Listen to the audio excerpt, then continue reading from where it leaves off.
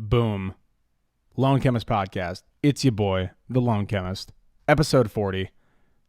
Wow, I can't believe... Actually, episode 40, that's kind of a milestone there. Damn, I forgot that I had been doing this 40 times. Should we celebrate that? Well, I mean, I am, 45 years old, so I got 5 more years before I can, really have the episode 40. I'm just kidding. I'm 26. My life isn't half over yet. My name is Johnny. I am the Lone Chemist, and with me, one of my favorite collaborators, the one, the only, the man who spreads love more than anybody I've ever seen and does so beautifully, Bailey from Breaking Banter and Loverboy Media. How's it going, buddy? Yeah, good. Spreading the love. I immediately made that in my head. I was like, that sounds really creepy. And I was like, no, it's actually a lovely sentiment. So no, it's so good. I'm all good. It's early in the morning. I usually am not awake at this time here in Australia, but that's okay. We got a podcast to do. Yeah, man. So I've been noticing this. Like, whenever I talk to you on Twitter, Instagram, or whatever, you are up till the late hours of the night, and you are just editing, and writing. Like, I don't know how you do it, man. Honestly, how do you stay up for that long, and then do other things the next day? Oh, look, since I've moved out, I've been sleeping more. So, since I moved out of home into my own place, I've been sleeping a lot more. So it probably seems like I've probably moved into being nocturnal a bit more because I'm able to be. I don't have so I live with 3 other guys, and one of the other guys is a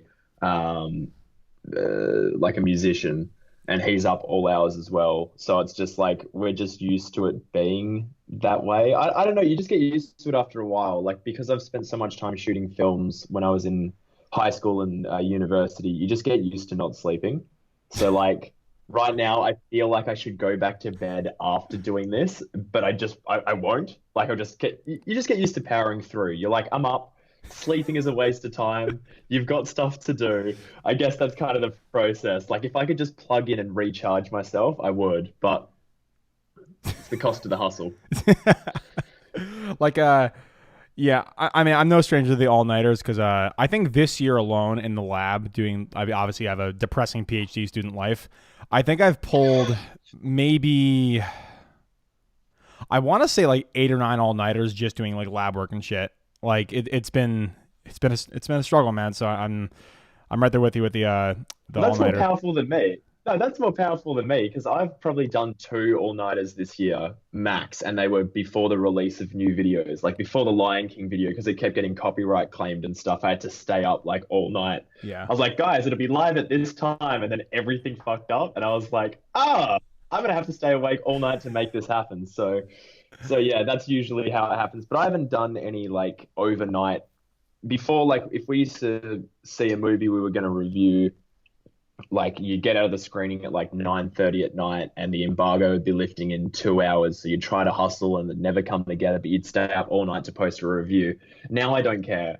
For me, it's not worth the extra. This sounds terrible because I know views are a hard commodity to come by, Yeah. but it's not worth the extra 2 or 3,000 views. I can't afford to be brain dead the next day. So yeah, I kind of try to avoid it now and yeah, work around it. I just post the stuff when I'm good to go.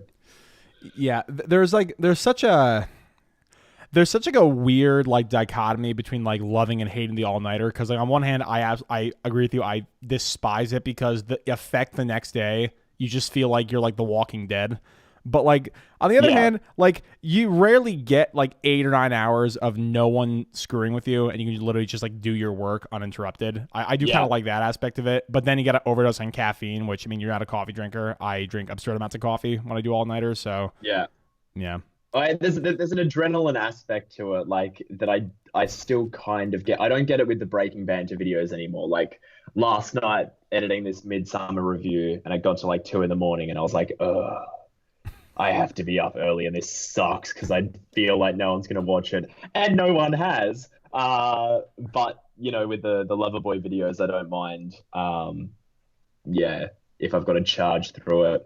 Because that's how it goes when you're editing an essay. It's this kind of slow, meticulous process, right? Yeah. It's kind of this slow, and then when you're about to post it, it's just panic. You're just Yeah. like, there's so much in here that I've got to like go through and iron out, and it's just like, no, it's probably fine, but you just start kind of overly stressing. So Yeah, like I felt that too, where it's like, I mean, you're no stranger to this, like having a project and you're fine tuning every little piece of it. And at a certain point, you got to just let it go and just do your own thing. Cause like, I mean, yeah. because you're really talented at what you do, obviously. Cause like, you know, you're a baller and I fucking suck. So, but anyway, No, dude, you've upped your game so fast. It's actually like insane. Like the Spectacular Now video, I was like, oh shucks. oh my God, gone from like here to all the way up. So that was sick, man. Thanks, dog. I appreciate it. Like, aside from my Adam McKay video, that's probably the video I'm like the most proud of in terms of like the argument that I make in the video. And also it's like so weirdly personal Yeah, to me because like that movie like shaped a massive part of my life. So um yeah, like I want to do like more videos like that where like I mean, they're not going to be a Thanos video where I like out of nowhere through literally nothing but luck get like a bunch of views in that video. Like I'd rather do like stuff that like I'm super like personally enriched in and passionate about, even if it yeah. gets like it's it barely cracked 1,000 views and kind of hurt my soul a little bit. But I mean, it's not why I did it. It's like fuck it. Well, sometimes you just got to get the stuff off your chest. Yeah, So exactly. like, you know, you can't just uh some things you've just got to say. You can't let it kind of go. So I'm just getting the pop out chat just so I can see. No, it's okay. Um, Oh shit! Speaking of pop up chat, High Top Films sent us a $2 super chat saying "Dads?" question mark. Dads, I you have mean, one father and it's me. I'm sorry. I'm your one and only father, the father of the Film Hub boys. That's me, well, the well, I dad of the group. I mean, like, I mean, everyone. So I'm the dad of my podcast, and like, did you remember the Face App thing that happened a couple months ago? Like like the. Yeah. So they all make jokes, and I'm like 55 years old. So like, there are three other hosts in the podcast, and they did Face App old pictures, like the secret podcast in like 20 years, and it was all of them old, and it was me at my current age. And so I was like, "Thanks, guys. I appreciate that." I mean, I'm only 26, so it's it's whatever. I'm basically half dead at this point, since whatever. Well, climate change. We're, I we're, we're probably all halfway, let's be honest. Yeah, I know, and I'm intrinsically studying that very very closely. So Yeah. I know better than anybody.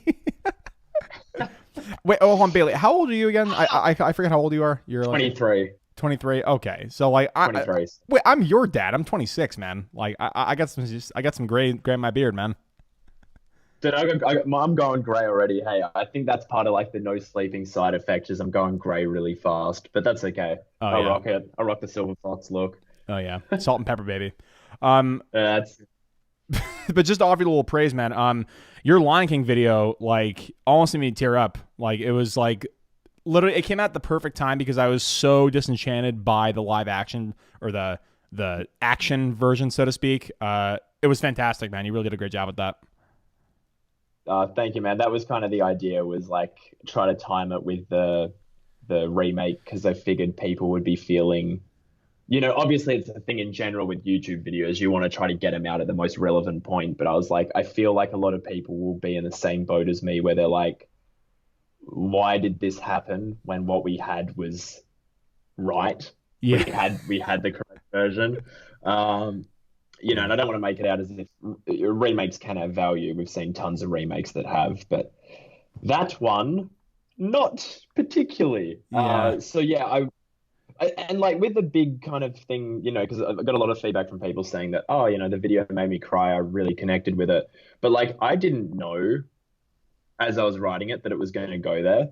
Like I knew I was making the video from a personal place, because it was like my grandma's favorite movie, and she passed away recently, and I'd always wanted to do a video on it to kind of, um, you know, uh, almost as like a not like a reconnecting thing, but like just to kind of.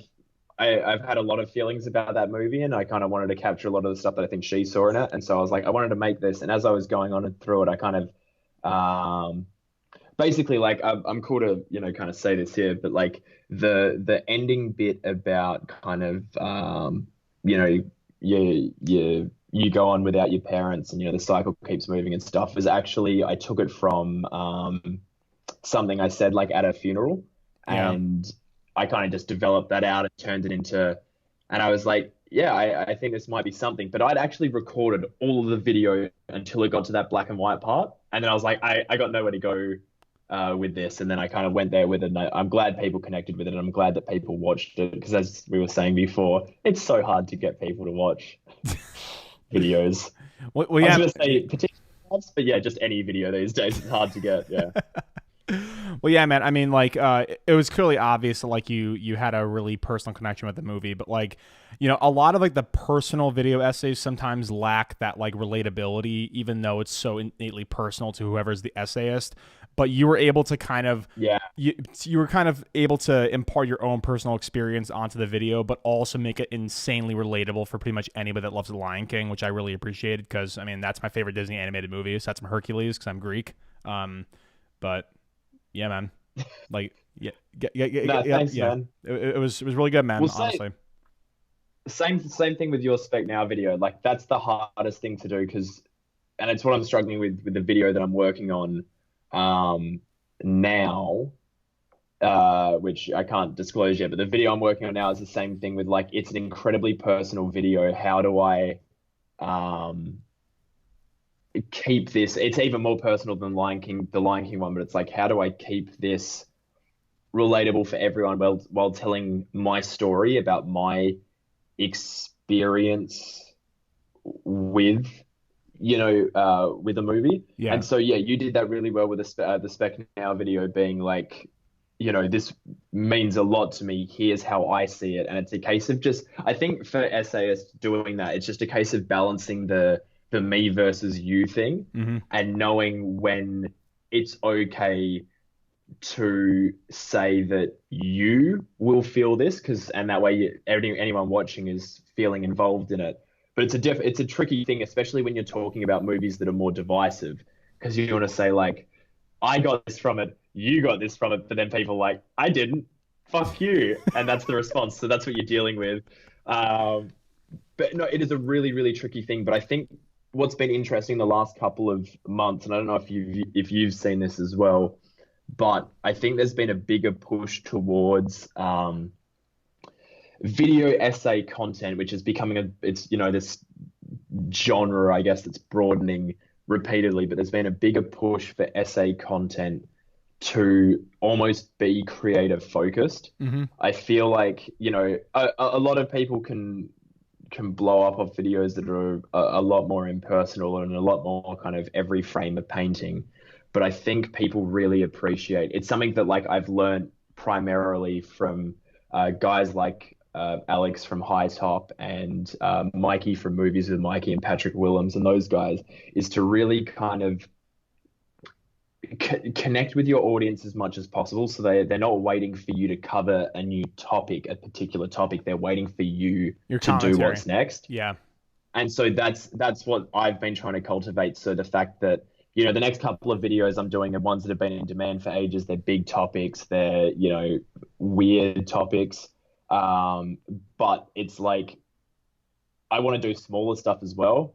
And the point is to try to get to my audience to a place where I can go, I'm going to do a video on, well, like when I did the Assassin's Creed video, it's like my audience was not ready for me to do that. I was not ready to do that for the audience I had. And so like, I want to get to a place where I can just be like, hi, I want to do a video on Halo 2 or, something weirder. Like I want to do a video on Annihilation or some other,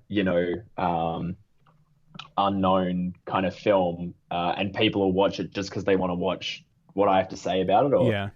I'd love to do a video on Fleabag right now. I cannot stop thinking about the UK series Fleabag by Fleabag, and I'm like, I don't want to do it now because I don't know if you get this, but like, do you ever not want to do a topic? I mean, you're someone like me who puts out content at a slower rate because we put a lot of it's a big process. We got a lot of other shit going on. Yeah. But like, do you ever go, I want to talk about this, but I don't want to talk about it now because I don't think I've got enough of a built-in base to watch it. Absolutely. Do you ever have that? Dude, I have. Dude, I've got a backlog of stuff that I'm like, I can't do this yet. Dude, I have.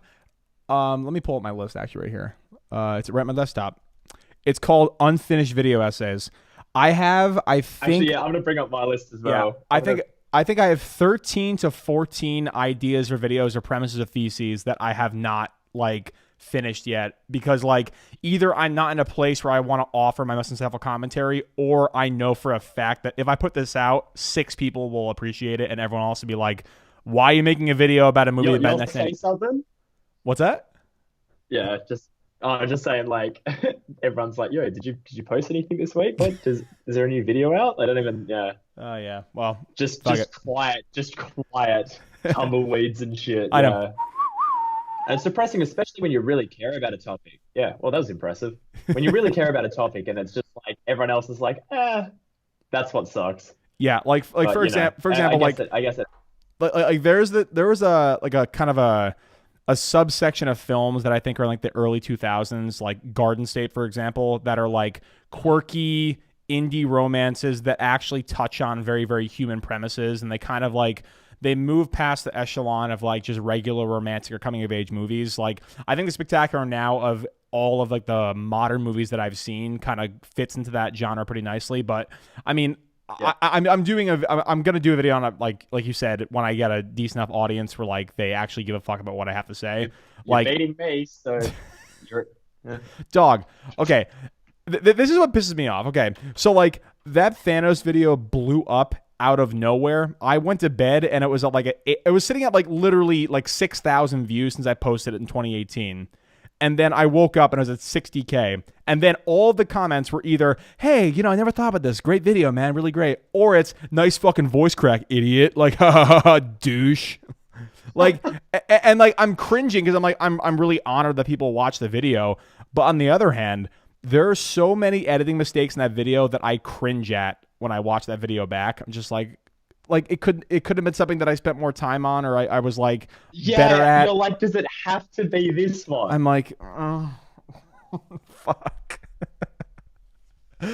Like, Yeah. like, there's a massive voice crack that's like, I know the time code, 14 minutes and 4 seconds. Check my fantasy if you want to watch that. 14 minutes, 4 seconds. His own daughter. Like, it's the loudest voice crack ever. And it was before I gave a shit about audio editing, or I gave a shit about, placement of like sound waves and shit. And I'm like, okay, I'm really thankful for the audience that they gave me, but like, it had to be this? Like, really? Like, it had to be? No, I get you, man. There was like the biggest video. I'm glad the Toy Story 4 one overtook it this year, but the biggest video I had this year on Breaking Banter was my review of the third episode of this year's Game of Thrones. And it was the episode everyone hated. And I was like, I kind of liked it. And it was just like 700 comments of like, fuck you, fuck you. And like 90K people watched it. And you're like, oh, I appreciate the viewership. I will take the money for it. That's fine. But like, you have videos like that which are just like dead weight because no one's going to subscribe to you because, you know what I mean? Like, Yeah. nothing worse than getting a video being popular because people, yeah, a video getting popular because people like hate what you're saying is the worst. Yeah. Yeah, I don't know. It's like a fear. Yeah. Yeah. That's why I haven't talked about Star Wars in a while. Well, actually, Hi, I really like Star Wars, and everyone's like, fuck you. all right. Well, I mean, have you seen the new trailer? Yeah, you're not a big fan of trailers, Oh, are okay, you? so before we get into this, I've like blocked everything Star Wars related. I've literally Got muted it. all of my mutuals that post a lot of Star Wars. I'm like, and it's because I'm so excited. Like, it's not because I'm not excited or I don't want to talk about it. Or I want to be involved in the conversations. But like these days, everyone like posts every single screenshot from a trailer. They break Yeah. it down. They theorize. I'm like, I don't want to.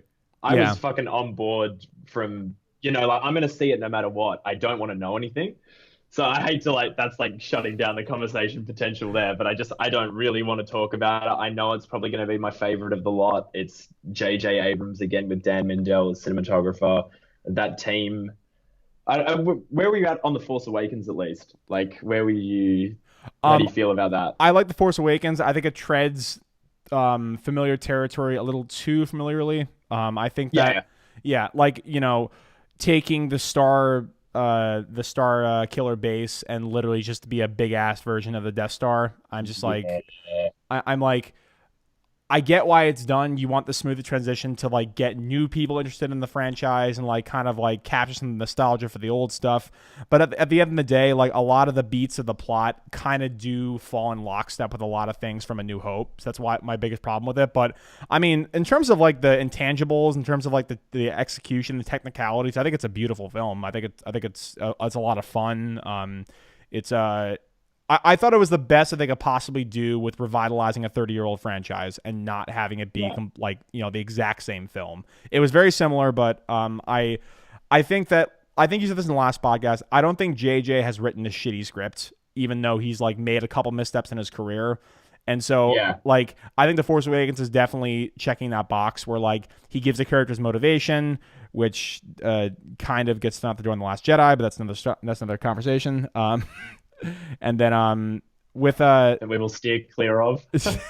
Well, no, we already talked about The Last Jedi in the last podcast, where it's like, it's impossible for me not to talk about it because it's like I think about it daily. Like it's kind of impossible for me to not. And look, I'll say it again. Like I don't think it's the worst Star Wars film by any means, and there are some things that are genuinely jaw dropping in the movie, but there's just a lot of plot holes and context ridden stuff that I really wasn't a fan of. But it doesn't mean that like people that like the movie are stupid or anything. Like you love the movie, John. You're stupid. no, you're stupid. Yeah, but I'm stupid though, so that's fair enough. Yeah, but, dude, look at me, man. I'm wearing a backwards hat and wearing a shirt with a fucking whale on it. I'm the stupidest one on the podcast here. Shut up. All right. But I want to talk about Midsommar because I recently saw it as well. So I didn't get a chance to watch your review because I actually wanted to save my my things I have to say about it until we talked. No, that's so good. So what did you take? Okay, back up a little bit. What do you think about Ari Aster as a filmmaker, and what did you think about Hereditary? So it's a very complex thing, I think, with him, and it's why I didn't want to review Midsommar. But it's like, there's some filmmakers where I can't like work out whether what they're doing. Like it's always hard to work out whether a filmmaker is intending your response to be the way it is or not. But like he doesn't play by the rules of horror that we usually see. Like he just goes, I'm gonna set up a couple of things, and then we're just gonna go from this shit to this shit to this shit, and then this is gonna lead to this shit, and it's gonna be fucking weird, and it's gonna be uncomfortable, and I'm gonna scare you along the way. We're just gonna do a thing. And so like it's really hard for me to talk about his films and relate to how other people are gonna go, because like I love that shit.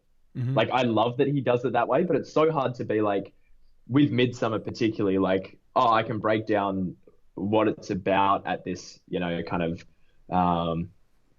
step back level and say, it's a movie about how, we deal with grief and how, it's only damaging to stay in, toxic relationships and all that. But it's like on a moment to moment basis, I've got no fucking idea what's going on. And I love that. So like, it's the same thing with Hereditary, where it's like, I think we're used to watching horror movies and there being, some big twist which reveals that the demon came from here, and if we stop this, it'll stop. But his movies don't work like that. Mm-hmm. Like, so it makes it, really difficult to talk about him. Put it this way, like, I love him, and I, constantly excited to see what he does next. I don't know if you've seen his short films that are on Vimeo. I haven't seen them.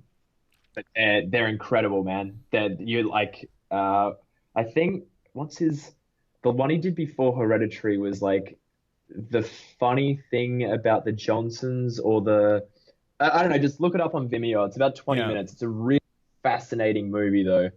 But yeah, I find him to be an incredibly interesting director, but I feel like I won't know whether like, I don't want to put it this way because I have faith in the dude, but I won't know whether he's like a hack or not who just does weird shit and I just happen to like it until I see him work in a different genre.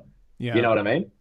In horror, as I've said, like he just doesn't play by the rules. So it's hard to know like whether he's just some crazy dude who's like, we're gonna do a bunch of weird shit.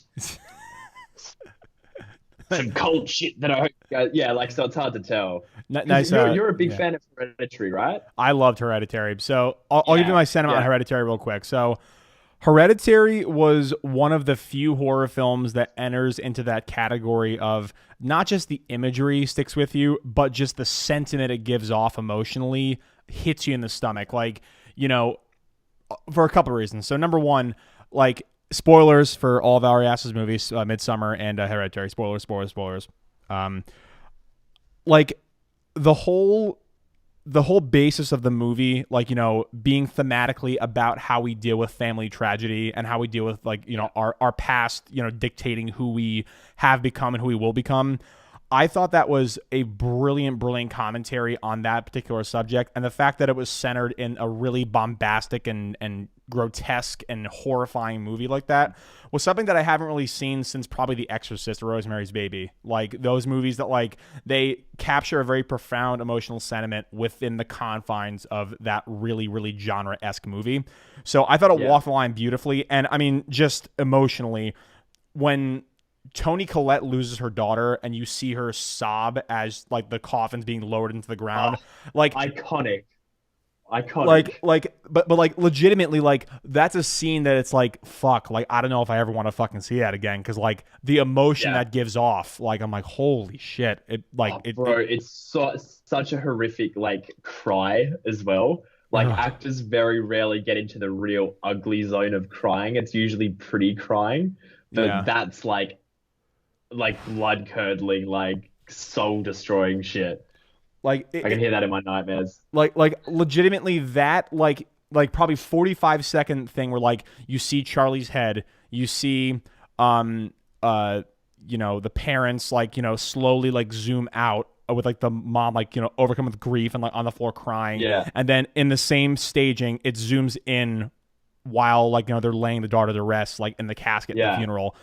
That 45-second little montage will stick with me to the day I die. Like, it, like, that hit me in the goddamn stomach. So, and I think that, like, Hereditary walks the line of being somewhat pretentious and somewhat preachy, but also, you know, basing it in a real world premise where you can actually ascertain what he's trying to do and why he's pairing it with the horror kind of aesthetic. Like, you know, you understand why, you know, he's using a horror film to tell a story about codependence and family issues and letting your skeletons come out of the closet. With Hereditary, though, I don't think he did as well with... Oh, with Midsommar, with Midsommar, I don't think he did as well with, you know, the correlation between the thematic expression of the film and like, you know, the horror kind of grotesque aspects. Because, for example, you know, again, spoilers, the beginning suicide imagery that we see is some of the most horrific shit I've ever seen on film. Oh, dude, that first 20 minutes was, like, so good. I knew from the second the title started, like 20 minutes in or whatever, that I was like, the rest of the movie, no matter how good it is not going to be able to, like, or, like, no matter how much I love it, my love of anything else in this movie is not going to match that. Yeah. Like, that was some searing shit. And, like, I guess it was right, because, like, aside from that imagery at the start, everything kind of happens. Yeah, and so, like, and then you get to the ending and you're like, I get what it was doing, but it's, like, not as clear as it was from point A to point B as Hereditary was. Yeah, and, like, but there are some things later in the movie that are super clear, and also that kind of, like, goes into some of my issues of the movie. But, like, going on that original premise set up, like, so if we base it back to Hereditary, that tragedy that ignites all the inciting incidents of the movie, that actually has relevance. It comes full circle by the end of the film. Like, you know, but with Midsommar, I feel like the tragedy was just there to be a tragedy, and there wasn't really a lot of precedence for why they died in that specific way, why the sister was, you know, the one to enact that. Obviously, she was bipolar and, like, manic, but like, there wasn't really a lot of, like, payoff for that whole sequence being anything other than, like, you know, stricken in grief, like, for the main character. And that's how I felt about it. But like, you know, on the other hand, then the movie kind of takes a detour, and then it goes towards, like, a commentary on codependence and ending a toxic relationship. And this is when it gets kind of preachy. Like, you know, they sew Christian into the bear suit and they burn him alive, and basically that's, like, an allegory for he's the beast, he's the one who's devouring the souls of, like, you know, the girl that he's dating. And I get that, and it's a beautiful image, but, like, I just think that there's a less heavy-handed way of putting that on the screen, in my opinion. See, there's something that I've found, and I found it with doing the current video I'm working on, is, like, I think subtlety, like I'm breaking all the rules here with what I'm about to say because I'm using a word I don't use. But I think subtlety's overrated. It not overrated because I don't really care. Like if other people think it's whatever, but like for me, I honestly think that subtlety is like the reason why I think so many and I guess it's kind of what makes art films, but I think it's why so many of the general audience struggle to like connect to the movies that I guess people that are really into film Yeah, connect to. And it's like, I think with a movie that's already not overtly stating what it's about, I think you've got to go bold sometimes. And I yeah. think, like, even if on a moment to moment basis you watch Midsummer and go, I don't really get what the fuck's going on. I think as long as you get the moments like that kind of ending moment, you get what it's about. Oh, for sure. Yeah, You know what I mean? Like, and I think you have to be bold in certain moments like that so it translates. yeah. But But because otherwise yeah, but it's just confusing, weird imagery, I guess, for yeah. most people. Yeah, so like, but my point was like, I'm not saying that it's not abundantly clear, and I'm not saying that it's not well executed. I totally agree, and like that whole sequence of the pyre being burnt, a triangle that's like completely going off in Yeah. flames, and it zooms in on the bear's carcass, like the silhouette of that. I think it's beautiful, but like that point of him being a beast and him being like the soul sucking part of the relationship is already so abundantly clear in the movie. I thought that it wasn't as necessary as the things that came before it. Like you kind of Yeah. understand that Okay. like the guy is like kind of like a leech towards the beginning of the film because like I Yeah. mean the only reason why he brings her along is basically a mistake. Like he brings it up while she's like brings up the whole trip like while she's like going through her grief, and then she feels like she's being left out, and then of course like she comes with. And like just from like situations that occur in the movie, that soul sucking leech aspect was so abundantly clear that like the bear thing for me kind of cheapened it. But I'm not saying that it's not a beautiful moment. It absolutely is gorgeous. I just think that thematically, I think that the movie already kind of put that in the forefront. And then that was I guess it could be kind of seen as a positive. It's kind of the icing on the cake at the end of the movie. Um, Yeah. but that's just me. Like I really did enjoy the movie. I think I enjoyed Hereditary a lot more. But it kind of shows that this guy is kind of like an unrivaled guy in horror. I mean, even if like some people don't dig on the art house aspect of his films, like he's really an auteur that's kind of doing something completely different in this Yeah. genre. He And kind of exists in his own space. he He's kind of does, yeah, cultivated his own space where it's like this guy does his things his way. So yeah, yeah. yeah, There's who's the other one as well that because A24's got a bunch of directors under their belt. Oh, Trey Edward Schultz. Did you see It Comes at Night? yeah, dude, yeah, Were you a fan of that? yeah. I liked it a lot. Yeah, it was cool, really Yeah, I cool. think if you're a fan of Hereditary, you're probably a fan of that. But like he's now going into doing I don't know if it's still a musical or not. His next film is not horror. And it's like that's where I want to see Ari go next is to do something where it's like, oh, you've done the horror thing. Let's like move because I know like Jordan Peele has said he wants to keep doing horror films for as long as he's got things to say. He wants to continue using that genre. But I'd really like to see Ari go into a different kind of field. I'd actually love to see him do a comedy. Like I'd really love to see him do a straight up comedy because he when he wants to go comedic, like Midsummer really has some It excellent comedic does, yeah, moments. it does, really does, yeah. That the mushroom trip early on is like, yeah, I was like, this is incredible, and I'd actually love to. I feel like he'll be the type of guy who won't work with the same cast members repeatedly, but I would love to see him work with Will Poulter again. Yeah, like Um, I want to say with Toni Collette again because Toni oh Collette yeah, is probably one of the most underrated actresses that's in Hollywood oh right now. dude, It's kind of like absurd, like just because of the genre she chooses to work in, like people don't give her enough credit, and like she's given some absolutely stunning performances, and just because they're centered on thrillers slash horrors, they don't get the recognition they deserve. It's really if it's any consolation, she's like a massive icon here. Like she's a big deal in she Australia. okay good. Obviously, because Yeah, that's where she's from. But she's like a huge like Toni Collette is a big deal here. But I guess maybe she hasn't made as much of a splash in the States and around the world as say Kate Blanchett has, or yeah. um, other Australian actresses that I can't think of. Is Hugh, it just Kate Blanchett that we've got? No, we've got a ton, but I Hugh just Jackman. You got oh yeah. Oh Hemsworth, yeah, no, right? no, plenty of actors in terms of Yeah. yeah. Ton coming through right now. God, just making me think about how good is Ben Mendelsohn and why is he not in more? Why is he not in everything? Dude, You a Ben Mendelsohn fan? his voice, like okay, have you seen this? So bizarre, but He it's so good. he does this radio show.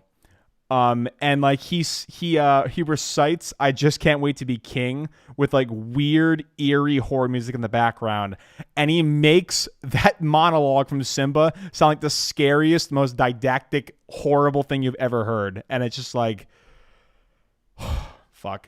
You haven't seen that? Right. You haven't No, seen? I haven't Oh, seen that. I haven't seen. You okay. gotta link that to me afterwards. Yeah, just Google Ben Mendelsohn. I just can't wait to be king, and like, Okay. it's like you watch it and you're like, uh. Yeah, no, he's someone who I'm glad's like started picking up in is appearing in a bunch of stuff because he's someone who's fantastic. Yeah. Uh, yeah, I don't know. I just wanted to give a quick moment to Ben Mendelsohn, Yeah. the King.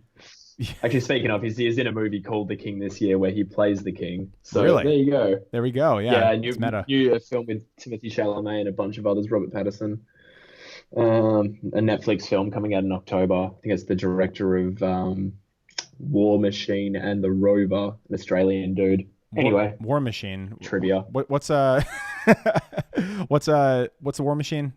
Which one is that War one? Machine was the Brad Pitt comedy that went to Netflix last year. Oh, when he plays the sergeant. Yeah. Yeah, yeah. But I didn't actually end up seeing it, which I feel like I should. It was one of those movies I was keen for, and then I saw like the reviews, and I was like, I'll get to it, and then I never get to it. It just never happens. If I don't watch something immediately, I'm like, yeah, I'll get to it, and I won't. I've watched I've watched a couple of movies this week, but I've been watching like maximum 2 episodes of TV a week, and there's so much shit that's come out. Like Mindhunter came out, and I was like, oh, like the last 2 years, I'm like, oh, I can't wait for a new season of Mindhunter, and then I haven't seen it yet. So, Speaking of like TV and series, did you know that Quentin Tarantino is now recutting a lot of his movies to be miniseries? yeah, I haven't checked it out yet. I've got one of my housemates watched the The Hateful Eight. recut of Hateful Eight and was like, "Oh my God." It And I'm is very keen to see the recut of Once Upon a Time. as like a But chapter yeah, thing. Yeah, like dude, yeah, I adored so I already love the Hateful Eight. People like sometimes yeah. people hate in that movie because it's like very Oh slow. no, I froth it. I froth it. Yeah, I love that movie. And like, but I will say the episodic way it tells the story, I think, is infinitely more compelling than the cinematic cut of it, because like the way the episodes end, like where they choose to actually have the end of the episode, is so interesting, and it actually guides the story, in my opinion, with a lot more momentum than it would be in the cinematic version. And that kind of speaks to the fact that like Tarantino has always played with the idea that he wants to do miniseries. Like he said, like, okay, film is kind of like, becoming something that I didn't really sign up for with the whole digitization of all the, all movie Yeah, production. So he said, like, if I'm going to like, do this, I want it to be in a medium that I think is, respectable. So I want to make miniseries. So you can like tell a long ass story, write everything you possibly can, and then film it in 6 to 8 hours. I think that literally is the perfect medium for yeah. him, because like, I mean, just the fact that he recut one of his movies and it blended so well with the miniseries kind of aesthetic, I thought was just fantastic. And also like they add a lot of new footage in, because I'm like a Tarantino super fan, so seeing all that stuff was pretty sweet. Yeah, well, it's like he keeps talking about he's going to get to 10 films and then quit. But it's like 10 films and then he's going to do 10 series, or like I feel like he won't stop. I feel like he'd just move into TV. Yeah, for Like sure. he never said I'm not going to do series. And considering all the different streaming services now are just like, give us content, and they love to have him do whatever he wants. I mean, I don't know if you looked at the deal that he got for Once Upon a Time, but he basically, like, because once his contract once he bailed on Weinstein, Yeah. everyone was like, we'll take him, Universal, Sony, Paramount. There was a bunch that were like, we'll take him. and he was like, I want $95 million. I want full rights to my film after like 10 years. I want to have final cut. And Sony was just like, yeah, we'll do it. So I feel like he'll end up in the same situation where the studios go, or like the streaming services go, hi, hey, how you doing? You want to make something for us? Like, yeah. So yeah, I think here's a bag of money. yeah, that's it. Well, I don't even know. I haven't checked the numbers that Once Upon a Time in Hollywood did. I think it had a big opening, and then I don't know how it's progressed since then because it got released slowly. Like we got it late here, I think. A couple of other places haven't got it yet. But yeah, I think it's just the case of like there's a lot of prestige to having him. So to be able to say that your streaming service, like, hi, we get Tarantino's movies, I think there's a lot of considering right now there's so many streaming services that everyone's kind of like, how many are you subscribed to? How many different streaming services are you currently sub to? I have Netflix, obviously. I have Amazon Prime, and I have but I have Hulu, but that's free with like my the school that I go to. Okay. They give you a free one. Okay. Yeah. So we have Netflix. Oh, we like alternate though. You know what I mean? Like that's what we do now is like we have a service and then like we've always got Netflix, but we'll have a service and then cancel it when a show finishes. You know what I mean? Like we'll get it to watch a certain thing and then cancel it straight after. So I had like the free trial for Amazon Prime and I just busted through and watched like everything that I wanted to get through, which was just Fleabag, let's be honest. Yeah. But I busted through that and then was like, all right, let's get rid of Amazon for now and then I'll get it back if something. They've got Lord of the Rings, don't they? The Lord of the Rings series. I'm pretty sure, yeah. I'll get it back in a couple of years. Yeah, I'll get it back in a couple of years when they do that. Unless that series turns out to be, apparently it's going to be like a 22 episode first season. And I was like, nah, fuck that. A 12 episode season is too long for me. So a 22 episode is like season is my worst fucking nightmare. Wait, and it's also like premium content, no commercials, and presumably like 45 to 60 minutes per episode. Yeah. Like, that's a pretty big budget for fucking one TV show. What the hell? Well, I don't know what the confirmation was on that because there's obviously the thing where it's like they're dropping $1 billion on it straight up. And I'm like, is that for one season or 2 seasons? But I just saw like a couple of reports be like, yo, it's 20 episodes. And I was like, no, fuck that. Give me like a 6 episode season. Yeah. Wow. 20 episodes at $1 billion is actually not that much when you think about it. True. I mean, it's a lot for an episode of TV. Like an episode of TV shouldn't cost, that much, yeah. That much, but I guess, yeah, you got to start paying actors more and more as you go along. And I'm keen to see the casting for it, though. Yeah, considering for sure. they're not remaking Lord of the Rings as such. Like they're apparently not even using the books directly.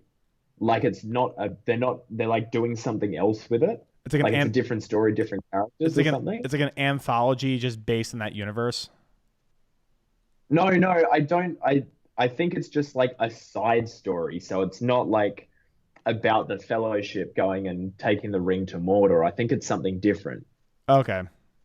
So yeah, which I prefer the idea of, to be honest, because like I really trust. Like I wasn't a big fan of Jurassic World: Fallen Kingdom, but I trust the director they've got on for the first 2, which is J.A. Bayona, who also did A Monster Calls, The Impossible, and I think The Orphan. Anyway, I really love him as a director, but it's like, as much as I trust him, it's like The Lord of the Rings is something that should never be remade. Hell no. It's actually, I was thinking about this the other day. Like, we're in the golden age of, I guess, it's not golden. It's like the shit age of remakes, right? but movies is shit enough. But just wait till they start remaking TV shows because they've already done it with a couple, and just wait till someone goes, "All right, we're remaking Breaking Bad." Like sacrilege. It'll happen. I am convinced it will happen. They're going to remake Game of Thrones. Oh, he's dead. We've killed him. The thought has destroyed you. No, they're going to remake Breaking Bad at one point. They're going to remake Game of Thrones, which I guess might have its benefits, depending on where you're situated on how it went down in the end. I don't want to be like a remake The Last Jedi type person, but yeah, you could remake the last 2 seasons. I wouldn't mind that. Not that I like the last 2 seasons, but But no, I honestly think we're going to get to the stage where people remake TV shows. Someone will go back and redo The Wire. Someone will go back and redo The Sopranos. Um, Just I think it'll be a thing. No, and it's horrifying to think of. Like I haven't seen The Wire or The Sopranos, even though I've got a box set of The really? Wire sitting up there. What? No, as I said, man, like I only really got into TV quite late, and I was never someone who sat there and just. I've never been able to just sit there and watch episodes of TV. At the same rate seemingly everyone else does. Like I'll just see like so and so's just worked through an entire season or something in 2 days, and I'm like, haha, fuck! It took me 3 months to watch all of Chernobyl. So, um, did you check that out by the way? Have you seen Chernobyl yet? So that's the one thing where you can shit on me for it. I have not been able to see it yet, and I hear it's Dude, fantastic. I got to it like a month late, so it's no stress. But definitely check that out, man. Like that's maybe the best thing I've seen this year. Is it? No, Fleabag. Fleabag's been my favorite thing I've watched so far this year, Okay, just so in general. you have been But standing that show every day on dude, Twitter. So sell to me why I should watch Fleabag. Give me the premise and why I should watch it, because I had not heard one single thing about the show besides you.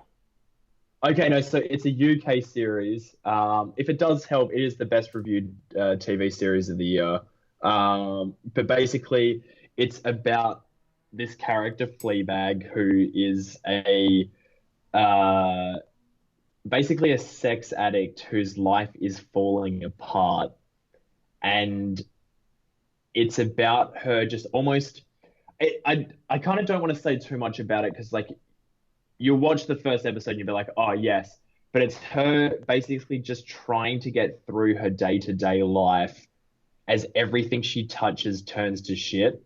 And the hook of the series is that she speaks to the camera continuously throughout any given sequence. So like she'll describe how something's about to go down. You know, she'll be waiting at the front door for someone to arrive, and she'll be talking to you about what she thinks going to happen.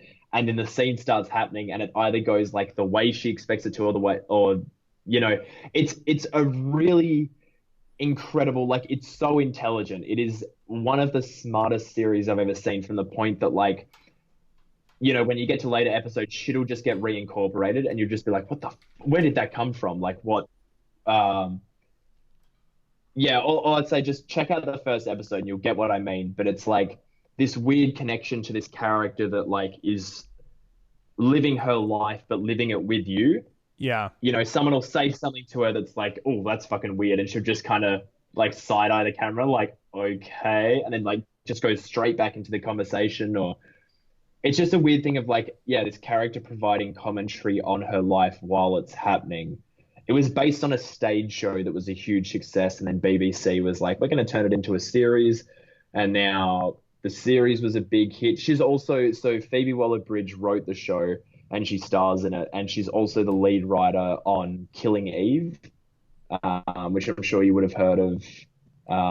Been another big hit with the Emmys, Killing Eve as well. And now she's one of the writers of the new Bond film. Oh, cool. And yeah, so she's had like a massive career spike. She's now doing the show on Broadway and stuff. But like, I don't really know how to pitch it because it's like, it's such a bizarre concept, because it's like one of those shows that's just about like super mundane stuff.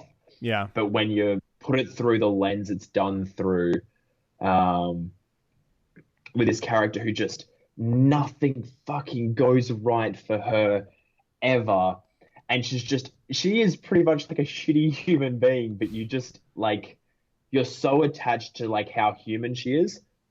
I don't know. I can't picture it any better than that. But like, yeah, I'm sold. Anyone watching right now, you Jody, check out the first episode, and you'll get what I mean. Within like the first 5 minutes, you'll be like, oh, this is a thing. So yeah, I don't know. Yeah, it's been like I will stand it till I die, man. It's the show I needed. All right, I'll have to watch it. And also, like, people always like are like very hit or miss about the fourth wall breaking and stuff. But I mean, I'm a huge Adam McKay shill, so I love that kind of shit. So I'm sure that I'll. Oh, dude, yes. It's like it's got the best fourth wall breaking of pretty much anything I've seen. Like, really? Obviously, we know you. Yeah, you were a big fan of Vice, weren't you? We did talk about this. We'll talk about this. Yeah, okay. Yeah, after this, we'll talk about Vice. But yeah, go on. Yeah. You were a huge fan of Vice, so it's got I'd say the same. I was the same energy as Vice. Like Deadpool's a very different fourth wall break. I think this exists in very much the same kind of, a lot of the same space as Vice. You know, where just characters just talking about something, then it cuts away to you're like, all right, what the fuck are we doing here? And then the character Yeah. starts commentating within that scene, and then they come. Yeah, it's really, really something. But yeah, Vice, All right. because So we haven't really talked about it since. I know we talked about it a lot before because we were going on about how much we both love Adam McKay. yeah. Um, So let me just say but yeah, this. So all right. So I will say up front, I've said this a million times in this podcast, so anyone listening, please kill me. I totally get why people may not like the movie. The movie is really unorthodox. The movie is strange, and the movie does not shy away from the opinions that Adam McKay has. And like, it's how do I put this? Like, I totally am on board with the fact that if you either A, don't politically agree with some of the things that are presented in the movie, or you don't like the unorthodox editing style or like the way it presents the narrative sequencing wise, you're not going to like the movie. I totally get that. But put all that shit aside where you fall either in the political spectrum or your creative tastes.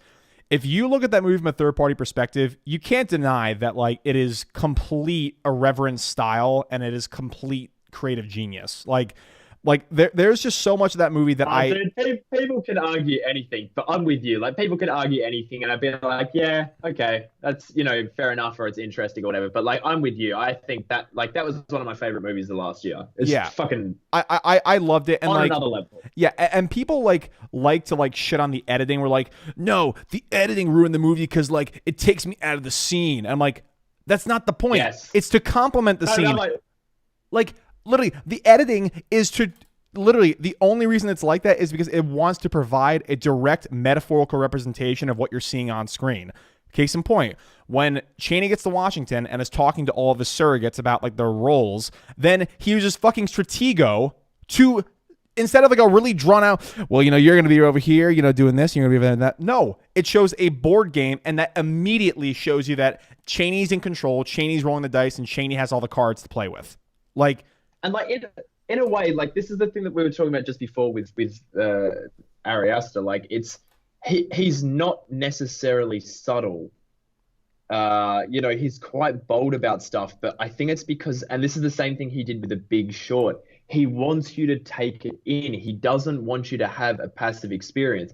You're saying just then about the editing's supposed to complement the scene. I really think it's continually there to bring you out of the scene. The thing is that we've talked about this with The Big Short is the fast editing style and the frenetic stuff. There's the scene from The Big Short that I will think about till the day I die is the one with I was going to say Michael Scott.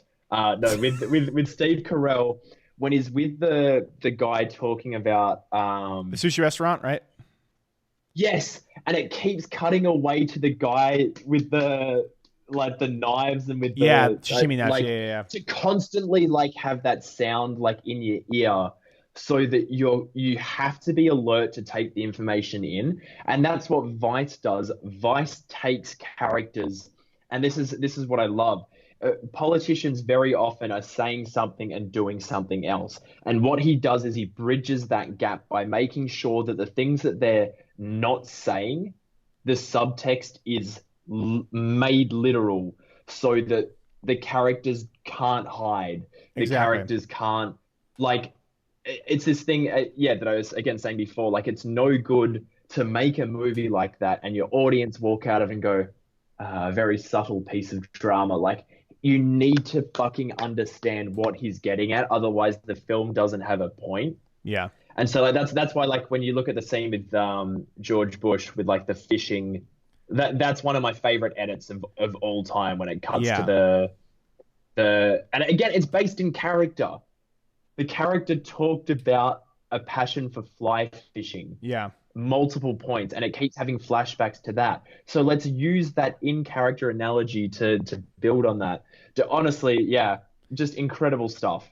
Just a great soundtrack as well, man. Oh my God, that Nicholas Britell. My favorite score of the entire year by far. I loved that score so much.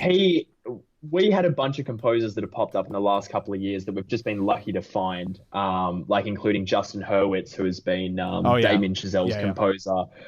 There's a couple of other ones. Like, unfortunately, Johan Johansson's passed away now, but there was a couple that have rocked up in the last few years.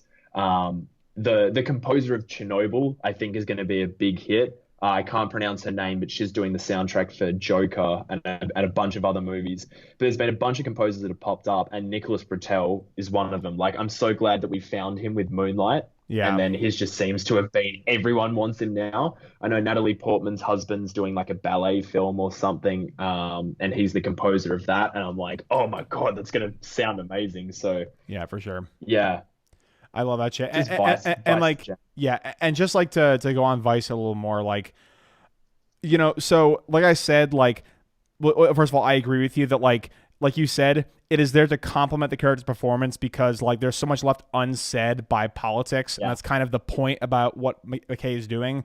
He's putting everything out in the open where instead of just like having a bulleted list saying exactly what the politician means, he gives a metaphorical yeah, representation of what they're trying to get at. And so like I think that's a brilliant way to go about it because that, like, one, it kind of keeps you engaged in the film, and two, it offers a really original take into like digesting what these people are saying. So that's number one. And number two, like, like I said before, like people who don't either agree with McKay politically, or respect his opinions or whatever, maybe won't like the movie. But I've talked to a lot of people that, I have a lot of friends that are pretty right leaning, and like they saw the movie and they thought it was brilliant. Like they loved it, loved it, loved it. And so I was like, it's kind of weird. Like, why did you like it? A lot of people who like kind of agree with you more politically hated it. And they're like, okay, one, you remove yourself from the equation and you just view the filmmaking as genius, but you put yourself in with the politics. It doesn't feel like McKay is shitting on you. It's a lively debate. It's like he's presenting things yeah. as fact, but how he presents Look them. at this. Yeah, Look at this is what he's doing. exactly. Like it presents it like it gives factual evidence for everything that he says, but his interpretation is very much in the form of a video essay or a debate. And that's Yeah, why people who either disagree with him or just don't really like that style of filmmaking still like the movie because it presents things that you maybe disagree with in a very, original way where you're able to say, you know what, he has a point there, but I think this is the way that you should really interpret that entire historical, context. Yeah. I will stand Adam McKay to the day I die. He's making a movie about Elizabeth Theranos. I What was know. her name? Yeah, the Yeah, Theranos founder. And Jennifer Lawrence is going to play her, which is going to be amazing. Like I'm so excited. Like I said, my Adam McKay video. Quick plug. He's one of the most exciting people that's working right now in film, in my opinion. I think that he's just an yeah. absolute genius. Yeah, well, it was such an interesting thing as well, like the fact that he started in. Did you ever see Patrick Willem's video on the absurdity of Adam McKay? Dude, okay. Funny enough, I watched that after my video essay. Like it came up in my All recommended after I right. fucking posted that shit, and I'm like, shit. Now it's gonna Yeah. look like I actually like stole his premise. Like fuck. No, no, you guys are in a very different zone on that, I thought. So no, Yeah. but that video was really interesting in the way that like because I watched Step Brothers again recently and I was like, no, it really isn't the same brand of dumb comedy that you usually see. Like, yes, it's dumb, but it's like there's so much more to it than that, and it clearly has stuff on its mind, and it's okay with being so weird. I mean, Anchorman is not just like my favorite comedy, like it's my one of my favorite movies ever, Yeah. and it's like he makes these movies that I guess with the comedies as well, like they seem like they've got these really like basic like ideas like Anchorman, oh, women can't be in the workplace, but there's so much more going on a line by line Yeah. basis. uh you know I think Patrick defines it as smart dumb comedy, but I think Yeah. it's something else. Like there's something else going on there where like he's not using human stupidity to like be funny. He's like making us actually observe the way people behave, and he Yep. did that again in The Big Short and Vice. Yep. That was the whole premise of my video. He uses stupidity to highlight, things in American life that we deal with all the time. Corruption, Yes. like in the Yeah. other guys. Obsession with sports idols and how we, once we meet our idols, that kind of image breaks down in our minds. People being discriminated in the workplace, and like it's these absurd things that like he makes so irreverent and stupid, but because of that, we're able to see the stupidity of certain aspects of our culture after we see that. We're like, oh, it's kind of fucked up. Why do we do that to women? When you see Ron Burgundy, like, you know, slap a woman across the face, like in the middle of the bullpen in the newsroom, like shit like that. It's like I don't know. It kind of centers in the idea that like McKay's a very astute filmmaker and he has a lot to say about American life, and he does so through the guise of irreverent comedies. And like I said in my video, like it's you know, it's a natural extension of his ideology where instead of just doing it in a subtle way, he's doing his commentary on the American life and culture in more politically charged content, which I think is great. Yeah, well, I think it's good to have a filmmaker that's playing in that space. And yeah, I mean, at the end of the day, Vice was a fucking funny movie, man. I laughed my ass off at that. So there good. was so much about that was, So the fact he's doing both of them at the same time, there's no one really else playing in that space, I don't think. Yeah. In the same way. So it's good to have him. Yeah, exactly. I saw someone the other day saying they were trying to rope him in for an MCU film or something, or they were trying to, or he'd pitched something and Silver it hadn't Surfer, been picked up. Silver Surfer. Yeah, that's it. That's it. He's one of those people. There's a couple of filmmakers that are really active on Twitter that post a lot of great stuff. He's one of them. Oh yeah, Ryan. I think it's Ghost Panther is his tag or some stupid shit. Yeah, Ghost Panther. Ghost Panther. I think Ryan Johnson posts a lot of really fantastic stuff. Chris McQuarrie that does the Live Die Repeat. The Mission Impossible movies. Yeah. He dude, he's all over Twitter. He like just responds to everyone. There's a lot of it's weird. There's a lot of filmmakers out there that like clearly, I don't know. I can't imagine them having the time to like, I guess the equivalent of message fans, but they do get all about like answering people's questions and stuff, which I think is cool. Yeah. I think that's dope. Like getting to that level and being that big and still having time to be like, yo, this is how I got here. Here's what you can do to get here as well. Yeah, exactly. And honestly, one of my favorite things that happened this year was after my Spec Nav video dropped, Miles Tower liked my tweet. Shouting really? out. I mean, he didn't retweet it, so it's kind of sad. But you know, he saw it, so maybe he watched the video. I don't know. That's a start. That's a start. It's a start. Dude, I don't know if the famous crew ever actually watched. I've had a ton of reviews being retweeted by people. Like I had Alfonso Cuarón retweet the Roma review. Really? That's awesome. I had Kirsten Dunst outright share like a video for a movie she did a while back, but I don't know if they actually watch them. I've had a couple of actors from TV shows watch stuff and leave comments. I was like, oh God, thank God I actually liked what they did. A couple of people that worked on Legion, first season of Legion, and a couple of other smaller shows that I used to review. Because I used to review shows episode by episode. I'm never fucking doing that again. That sucks. Just because people start theorizing in the comments, and you're like, great, that shit I wouldn't have thought of. And then when it comes true in the series, you're like, damn it. Okay, well, I guess they were fucking right, but you wouldn't have thought of it otherwise. So, yeah, I don't know. Damn headcanon, man. It drives me nuts, man. It ruined season 1 of Westworld for me. Just, did you watch season 1? I still got to watch that. I haven't seen it yet. Oh, okay. Yeah. Well, I don't know if the whole series is going to be worth it, but you can just watch season 1 on its own and be like, yo, that was sick. And then one of those things where like, don't watch it until you know season 3 is like amazing. Like because season 2 was like good, but not as good.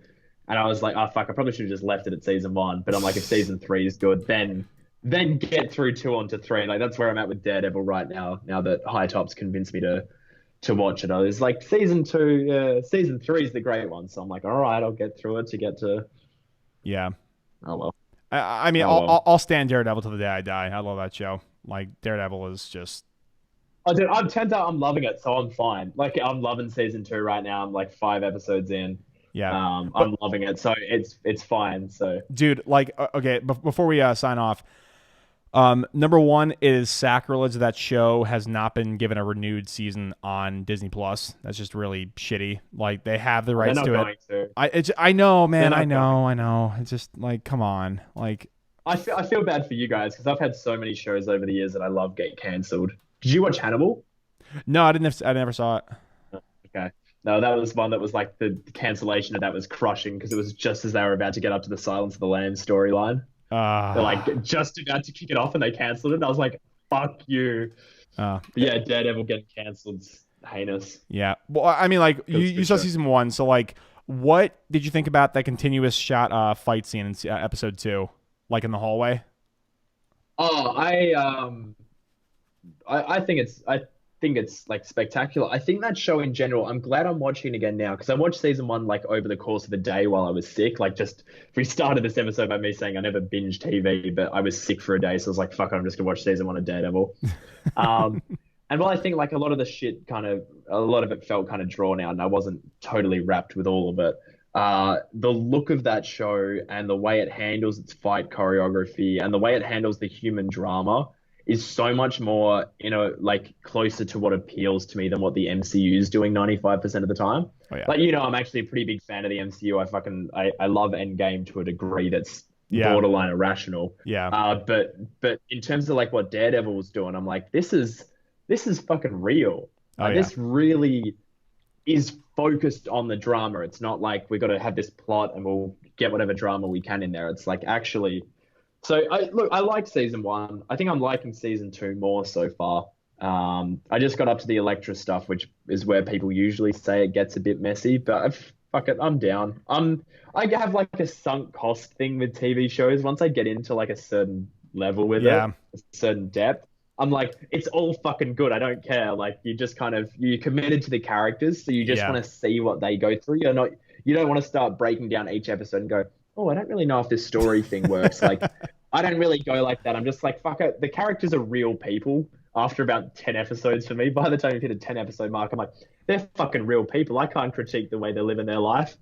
Yeah.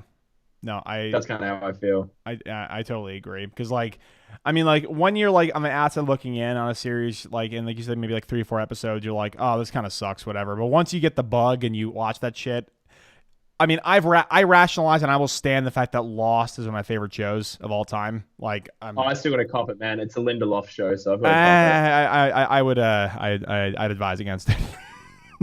No. I genuinely want to, man. Like, I'm too fascinated by him as a creator because obviously he's the guy behind The Leftovers, which is my Yeah. all-time fave, and then he's obviously behind the Watchmen series coming out this year. So it's like, Yeah. I gotta get behind it. But yeah, It's a weird show, but I think that's fun. maybe I don't know if marijuana is legal in Australia, but maybe you should toke up and watch a season and see what happens. No, I'll just roll with it. A bit Yeah. of J.J. Abrams and Damon Lindelof will get me through it. So Yeah, there we go. I think I've already had it spoiled, but that's fine. Oh, it's Oh. well, dude, the thing is, like, the show is so bombastically weird and out there. It's spoilers don't really do much in that show except for the fact that, like, oh, like every season is something even more weird than the last one. But like all the little character Yeah. moments are like what you kind of stay for. Yeah, exactly. Yeah.